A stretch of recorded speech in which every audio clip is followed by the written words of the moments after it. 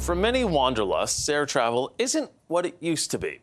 Now, Southwest Airlines has introduced and announced new seats, which some say are clearly smaller and thinner. Judging by the reaction online, the idea isn't landing. Customers will love the extra space for their carry-ons in the overhead bins on our new MAX aircraft. Southwest Airlines is proudly showing off improvements to its fleet. That includes newer and clearly thinner seats. The change has provoked some strong reactions. Never in my life did I think I'd see a video from an airline showing us their upgraded interior, and it would make me want to book a flight with a completely different airline. The seats are made by Recaro, a company that designs motorsports and gaming seats. But some people feel like the airline is taking them for a ride. Here's a shot from the video showing the original seats, and do you see a difference here? Do you see that this actually looks better, kinda? No, it does look better. It looks like there's at least more cushion, or at least more comfortability, which is like hard to say because, let's be honest, airplane seats are not that comfortable. To that end, air travel has experienced a lot of turbulence in recent years. Few people look forward to the actual flight experience, so slimmer seats could be a deal breaker. I'm watching this thinking, surely I can't be the only one who's feeling this way, and the comment section did not disappoint. So anyways, I just booked with Delta. It's amazing. What I'm seeing is rock hard seats, the best Delta ad I've seen. The trend in airlines is to maximize cabin space and get more paying passengers on board. So if Southwest makes this switch and doesn't see a dip in bookings, other airlines could follow suit. So we asked you this all day today. Are smaller and thinner seats a deal breaker for you? 78.9% of you say yes it is. 21.1% of you say no it isn't. Let's bring back Andrew and Giselle. Giselle, you start us off on this one. So if it's smaller and thinner, are you just not going to take that flight? You know what? We've talked on this show many times about different issues with airlines, and it's probably my favorite topic to complain about. My family knows that. I used to travel a lot before COVID, and a little less so, but I'm actually flying tomorrow.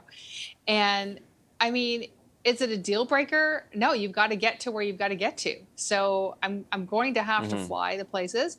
Am I going to select an airline where I think it's more comfortable? Maybe. I usually choose it on the airline where I collect the best points, that has the most direct flight, that has a good price, where I feel like their customer service might be, passable or bearable to deal with. Some much better than others. Those seats don't look comfortable. I know someone in the comments had said, well, maybe it's made out of this like luxurious, foam, memory foam, maybe. But let's not be fooled. I don't think the airlines are doing anything in order to really focus on true customer comfort. I mean, I remember the day when you used to be able to fly and walk around, and I think people used to smoke their cigarettes and have cocktails. I mean, that era is gone. It's about cramming as many people in as you said. And so the decision is going to be a financial decision.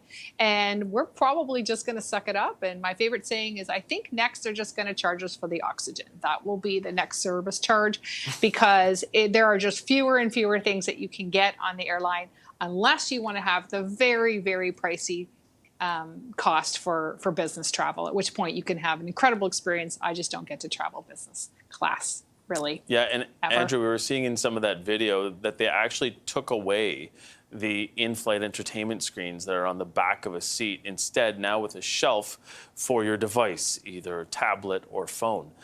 So once again, something else that they're kind of taking away to save space. In a sense, you can't blame them. But are we getting to the point where people are going to say that's just too bare bones? Or do we have to understand, again, Southwest Airlines, it's a low-cost carrier? So, I mean, I agree 100% with Giselle on this one, Mike. This is really part of a broader trend, I would probably say, over the past 10 or 15 years. And the term is actually unbundling. So airlines are increasingly unbundling, aspects of a flight. So we now know that, you on most airline carriers, you pay for luggage.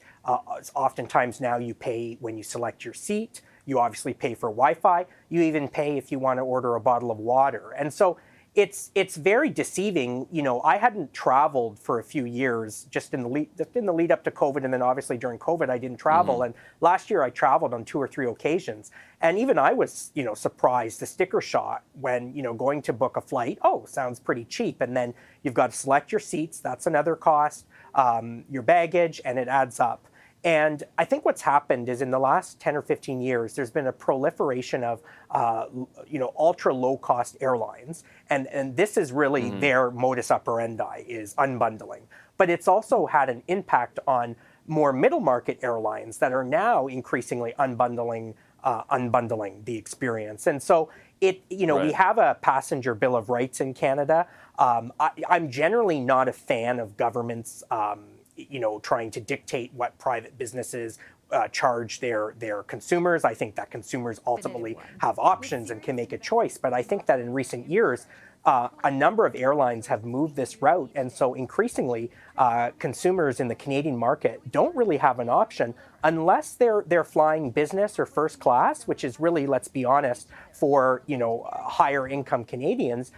The average person, you know, it's becoming increasingly expensive, especially, you know, amidst an affordability crisis. And I just say lastly, you know, Southwest Airlines can roll out all the, you know, fancy, swanky PR they want. At the end of the day, they are looking to find efficiencies and ultimately impact the customer experience negatively. But Giselle, aren't we all also looking for the lowest price on flights? Absolutely. And I'm okay if it's going to be a low cost carrier and you know that. But the reality is that there are a lot of flights that are now this unbundled, as Andrew mentioned, or this bare bones, but it's not cheap, right? It's certainly not, you know, it's certainly not to travel within Canada, and we have some lower cost airlines. In the US, a little more so, right? You can travel within the country a lot easier and with a lower cost than you can to try and visit Canadian cities.